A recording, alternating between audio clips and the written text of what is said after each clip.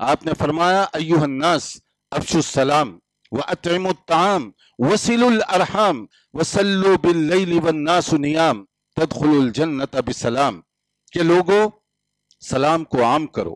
سلام کیا ہے؟ یہ کوئی ٹریڈیشنل چیز نہیں، یہ کوئی کلچرل چیز نہیں ہے کہ جیسے ہیلو ہے، نمستے ہے، وغیرہ وغیرہ، یہ سلام وہ نہیں ہے۔ اسلام نے سلام کا جو سبق دیا، دراصل سلام کیا ہے؟ ایک دوسرے کو السلام علیکم آپ کہہ رہے ہیں، تو یہ نمستے یا گڈ مارننگ یا گڈ ایوننگ والی چیز نہیں ہے، بلکہ یہ دعا ہے آپ کی طرف سے آپ کے بھائی کے لیے، اللہ کی سلامتی، رحمتیں اور برکتیں تم پر نازل ہوں۔ اور جب وہ وعلیکم السلام ورحمۃ اللہ وبرکاتہ کہہ رہا ہے، اپنے نیک جذبات کا اظہار اپنے بھائی کے لیے بھی کر رہا ہے کہ تم نے میری خیر کی دعا مانگی، میرے لیے سلامتی، رحمت اور برکت طلب کی اللہ سے، میں بھی تمہارے لیے یہی دعا کرتا ہوں، اللہ عز و جل کی سلامتی، رحمتیں اور برکتیں تم پر بھی نازل ہوں۔ اب ذرا سوچیے آپ، اگر دونوں طرف سے سلام سمجھ کر کیا جا رہا ہے کہ میں اپنے بھائی کے لیے دعا کر رہا ہوں سلامتی کی، دعا کر رہا ہوں رحمت کی، دعا کر رہا ہوں برکت کی، تو یہ دعا دل کی کدورتوں اور نفرتوں کو ختم کرنے کا ذریعہ بن سکتی ہے، کیونکہ جب میں اس کے لیے دعائے خیر کر رہا ہوں تو میرے دل میں اس کے خلاف بغض، نفرت اور عداوت، یہ جذبات پیدا نہیں ہو سکتے، اور اگر پیدا ہو گئے تو سلام کے ذریعے سے اس زنگ کو گویا کہ میں دور کر رہا ہوں، مٹا رہا ہوں۔ اسی طرح وہ اگر جواب دے رہا ہے تو اپنے دماغ کی جو آلودگی ہے اس کو وہ دور کر رہا ہے، اور وہ ایکسچینج میں آپ کے لیے بھی وہ دعائے خیر کر رہا ہے۔ تو رسول اکرم صلی اللہ علیہ وسلم نے کامیابی کا جو نسخہ بتایا، اس میں سب سے پہلے سلام کو عام کرو، اور پھر دوسری جو چیز آپ نے فرمائی وہ یہ کہ آپ کھانا کھلایا کرو۔ کھانا کھلانا ایک ہے غریب، مسکین اور محتاج کو، اور ایک ہے اپنے ملنے جلنے والے دوست، احباب اور رشتہ دار کو۔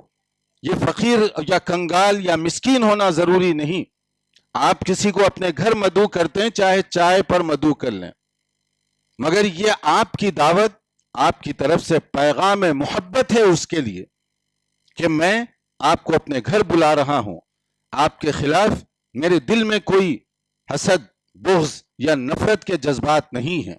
اور اگر وہ آدمی شریف النفس ہوگا تو ایک بار آپ کے گھر اگر وہ چائے پی لے، 1000 بار سوچے گا آپ کے خلاف بولنے سے پہلے کہ میں نے اس کے گھر چائے پی ہے، میں اس کے خلاف کیسے بول سکتا ہوں۔ شریف النفس انسان کی یہ پہچان ہے کہ ایک بار اگر کوئی آپ کے دسترخوان پر کھانا کھا لے تو پھر وہ آپ کا قدر شناس ہوگا، وہ آپ کے حق اور آپ کے درجے کو پہچاننے والا ہوگا۔ تو رسول اکرم صلی اللہ علیہ وسلم نے یہ دوسرا نسخہ بتایا کامیابی کے لیے کہ تم کھانا کھلایا کرو، یہ تاکہ یہ جو کبھی انسانی زندگی میں کبھی اونچ نیچ ہو جاتی ہے، گرمی سردی ہو جاتی ہے، تو اس کے ذریعے سے اس گرمی سردی کو یا اس زنگ کو وہیں پر دور کرنے کی تم کوشش کرو۔ اور تیسری جو بات آپ نے فرمائی جو بہت مشکل ہے، وصلوا الارحام، رشتے ناتوں کو پہچانو اور صلہ رحمی تم کرو۔ یہ کہنے اور سننے میں جتنا آسان ہے، عمل کرنے میں یہ اتنا ہی کٹھن اور مشکل ہے۔ رشتوں کو پہچاننا، رشتوں کے حقوق کو ادا کرنا، اور آپ صلی اللہ علیہ وسلم نے یہاں تک فرمایا حقیقت میں رشتوں کو پہچاننے والا شخص وہ نہیں جو آپ کو سلام کرے تو آپ جواب دیں، آپ کو بلائے تو آپ بھی دوسری مرتبہ اس کو بلائیں، یہ تو برابری والا مسئلہ ہو گیا۔ اصل کمال، بہادری یہ ہے کٹنے والوں کو سلام کریں، دور جانے والوں کو قریب لائیں، نفرت کرنے والوں کو دل و دماغ میں محبت کے بیج بونے کی کوشش کریں۔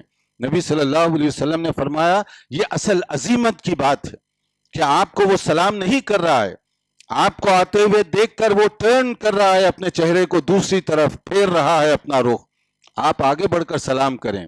دیکھیے ذرا اس پر عمل کر کے یہ کتنا بھاری لگتا ہے۔